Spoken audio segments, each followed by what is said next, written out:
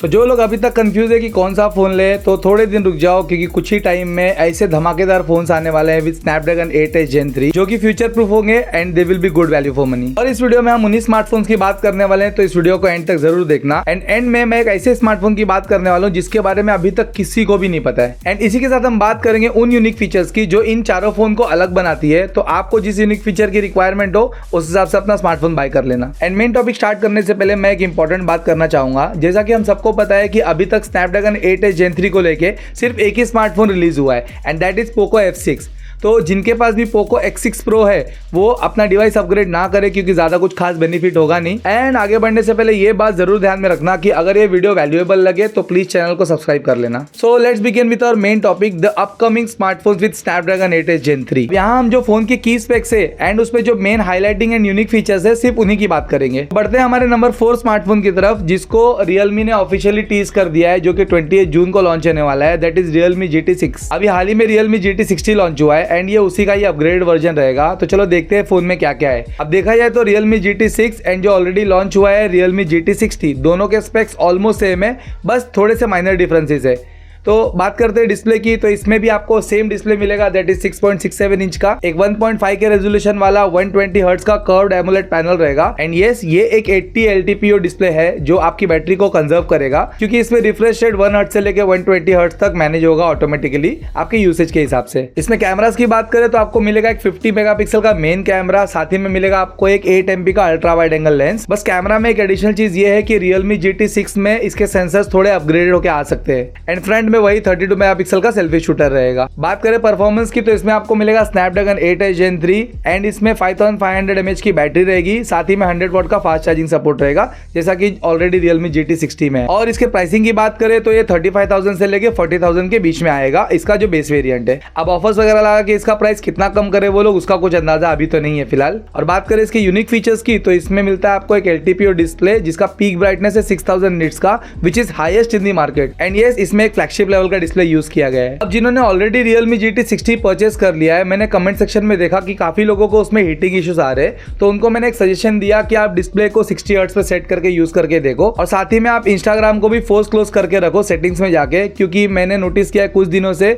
Instagram background में भी battery consume कर रहा है even after we kill the application. ये दो सेटिंग्स अप्लाई करके आपका जो हीटिंग इशू है वो रिजॉल्व हुआ कि नहीं, प्लीज मुझे कमेंट सेक्शन में बता देना। अब चलते हैं हमारे नंबर 3 स्मार्टफोन की तरफ, that is Motorola H50 Ultra। आपने नोटिस किया रहेगा कि 1-1.5 साल से Motorola धनाधन फोन लॉन्च किया जा रहा है, वो भी एकदम कॉम्पिटिटिव और एग्रेसिव प्राइसिंग में, मतलब एकदम कम बजट में या एकदम कम प्राइस में जितने ज्यादा फीचर्स और स्पेक्स Motorola प्रोवाइड कर रहा है उतना शायद ही कोई ब्रांड कर रहा होगा फिलहाल के टाइम में। अब ये जो Motorola का H50 Ultra है, ये BIS की सर्टिफिकेशन वेबसाइट पे लिस्ट हो गया इस मॉडल नंबर के साथ में। एंड इसके की स्पेक्स की बात करें तो इसमें आपको मिलता है एक 6.7 इंच का 1.5 के रेजोल्यूशन वाला POLED स्क्रीन, जिसमें आपको 144 हर्ट्ज का रिफ्रेश रेट देखने को मिलेगा, और साथ ही में 2500 निट्स की इसकी पीक ब्राइटनेस होगी। ग्लास प्रोटेक्शन की बात करें तो इसमें आपको देखने मिलेगा Gorilla Glass Victus, और इससे थोड़ा बेटर अगर ग्लास प्रोटेक्शन की बात करें तो आपको Realme GT6 में मिलने वाला है, which would be Gorilla Glass Victus 2। And इसके कैमरा के जो स्पेक्स है वो तो एकदम धमाकेदार है। इसमें रियर में ट्रिपल कैमरा सेटअप यूज किया गया है 50+64+50 का, जहाँ पे 50 मेगापिक्सल का आपको मेन OIS कैमरा देखने को मिलेगा,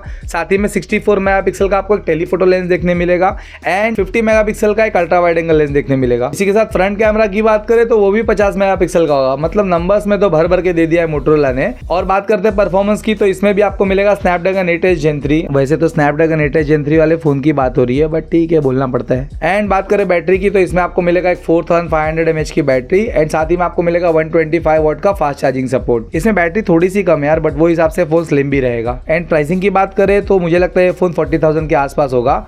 एंड एक और बात, अगर यही स्पेक्स कोई और ब्रांड लॉन्च करता तो डेफिनेटली उस फोन की प्राइसिंग 50,000 के आसपास रखता। अब इसके यूनिक फीचर्स की बात करें तो इसमें आपको मिलता है एक 50 वॉट का वायरलेस चार्जिंग, IP68 की रेटिंग एंड साथ ही में इसका जो स्क्रीन रिफ्रेश रेट है दैट इज 144 हर्ट्ज। एंड आगे बढ़ने से पहले मैं एक और इंपॉर्टेंट बात शेयर करना चाहूंगा जो पर्सनली मेरे लिए बहुत ज्यादा इंपॉर्टेंट है एंड मे बी आपके लिए शायद हो या ना हो। वो ये है कि क्या आतंक मचाया तुम लोगों ने मेरे चैनल पे यार। एक वीक में 750+ सब्सक्राइबर्स एंड साथ ही में 1.25 लाख के ऊपर व्यूज। एकदम दिल से थैंक्स यार इतना सपोर्ट करने के लिए, एंड खास करके तब जब मैं बहुत लो फील कर रहा था। एंड जो लोग मेरे चैनल पे फर्स्ट टाइम आए हैं प्लीज मेरे चैनल को सब्सक्राइब कर देना, चाहिए तो 2-3 वीडियोस देख लेना, उसके बाद फैसला करना कि सब्सक्राइब करना है या नहीं, बट प्लीज यार एक मौका देके देखो। एंड चलते हैं हमारे नंबर 2 स्मार्टफोन की तरफ, जो कि इस टाइम पे मेरा फेवरेट है, क्योंकि ये एक ऑलराउंडर फोन है। मतलब इसको किसी भी एंगल से देख लो, चाहे गेमिंग हो, डिजाइन हो, यूज हो या फिर कैमरा हो, सब मामले में एकदम टॉप नॉच लग रहा है। अभी तक तो फिलहाल यही मेरी फीलिंग है, बाद में पता नहीं क्या चेंज हो जाए। तो वो है Xiaomi का 14CV, जो कि अभी लॉन्च होगा 12 तारीख को। तो Xiaomi का 14CV लॉन्च होने वाला है 12 जून को इंडियन मार्केट में। एंड ये वही फोन है Xiaomi का CV4 Pro, आप चाहे तो उसकी जाके वीडियोस देख सकते हो। सेम फोन इंडिया में आ रहा है Xiaomi 14CV के नाम से। अब इसके स्पेक्स की बात करें तो इसमें आपको मिलता है एक 6.5 इंच का 1.5K रेजोल्यूशन वाला 120 हर्ट्ज क्वाड कर्व डिस्प्ले, जिसकी पीक ब्राइटनेस है 3000 निट, साथ ही में 12 बिट कलर डेप्थ के साथ में आता है।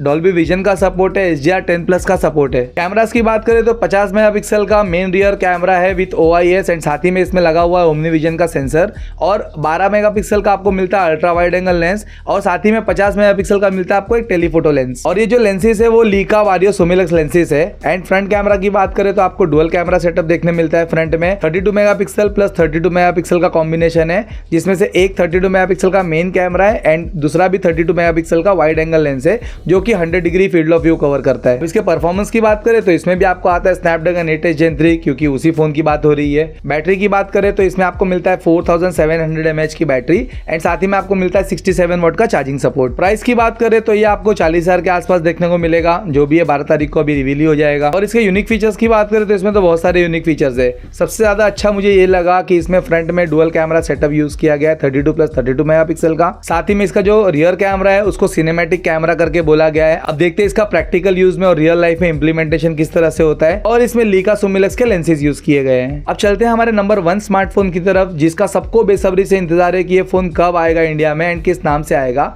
तो वो है iQOO Z9 टर्बो, जो इंडिया में या तो यही नाम से आ सकता है या फिर iQOO 12 लाइट के नाम से आ सकता है। iQOO 12 लाइट के नाम से आएगा ये इसलिए बोल रहे हैं बिकॉज इसका जो लुक है वो iQOO 12 से रिजेंबल करता है, एंड ये नाम देके कंपनी इसको iQOO 12 का एक लाइट वर्जन बता के थोड़ा और कॉस्टली बेच सकती है। तो इस मेंटालिटी के हिसाब से लग रहा है कि इसका नाम इंडिया में iQOO 12 लाइट हो सकता है। अब इसके की स्पेक्स की बात करें तो इसमें भी आपको मिलता है 6.78 इंच का 1.5K रेजोल्यूशन वाला 120 hertz OLED display. Rear camera की बात करें तो इसमें आपको मिलता है एक 50 मेगापिक्सल का OIS कैमरा, जिसमें लगा हुआ है सोनी लिटिया 600 का सेंसर, साथ ही में आपको मिलेगा 8 मेगापिक्सल का एक अल्ट्रा वाइड एंगल लेंस। बाकी बात करें इसके फ्रंट कैमरा का तो वो है 16 मेगापिक्सल, जिसका स्टॉक इनके पास खत्म ही नहीं हो रहा है। एंड बात करें प्रोसेसर की तो इसमें भी है स्नैपड्रैगन 8H Gen 3, और साथ ही में इसकी बैटरी कैपेसिटी है 6000 mAh, और साथ ही में आपको मिलता है 80 वाट की फास्ट चार्जिंग। प्राइस की बात करें तो ये 32,000 के आसपास आ सकता है इंक्लूडिंग ऑल ऑफर्स, जो कि एक बहुत ही एग्रेसिव प्राइस है।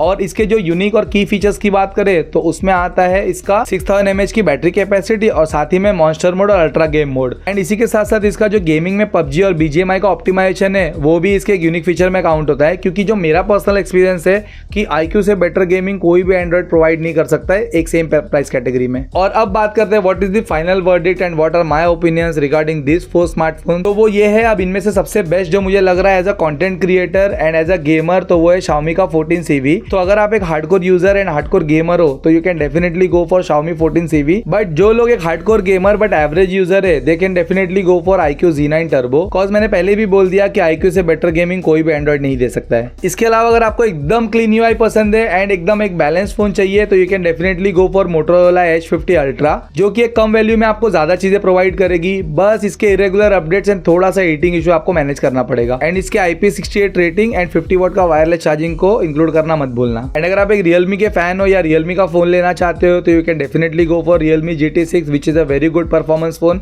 साथ ही में इसका जो डिस्प्ले सबसे best display out of all the 4। बस ये जो Realme GT60 का अभी जो हीटिंग इशू का प्रॉब्लम चल रहा है ये अपडेट के बाद कितने टाइम में फिक्स हो रहा है उसको थोड़ा ध्यान में रखना, उसके बाद डिसाइड करना आपको Realme GT6 लेना है या नहीं लेना है। एंड ऑल्सो Realme GT6 किस प्राइस पे लॉन्च हो रहा है वो भी जरा ध्यान में रखना, बिकॉज अगर सेम प्राइस पे आपको Motorola H50 Ultra मिल रहा है एंड सेम प्राइस पे अगर आपको Xiaomi का 14CV मिल रहा है तो मैं तो बोलूंगा कि आप Realme GT6 को ना आप थर्ड प्रायोरिटी रखो। बाकी बात करेंगे अब उस स्मार्टफोन की जिसका मैंने एकदम स्टार्ट में बोला था कि उसके बारे में अभी तक किसी को भी नहीं पता है, तो सच बोलो तो उसके बारे में मुझे भी नहीं पता है, सो सॉरी उसके लिए। नेक्स्ट वीडियो में बात करेंगे इन्हीं स्मार्टफोन्स की कमियों के बारे में कि किस कमी को मद्देनजर रखते हुए ये स्मार्टफोन्स नहीं लेने चाहिए। एंड अगर आपने मेरी वीडियो यहाँ तक देखा है उसके लिए thank you so much, love you all to my YouTube family, and please channel को सब्सक्राइब कर दो यार। बाय।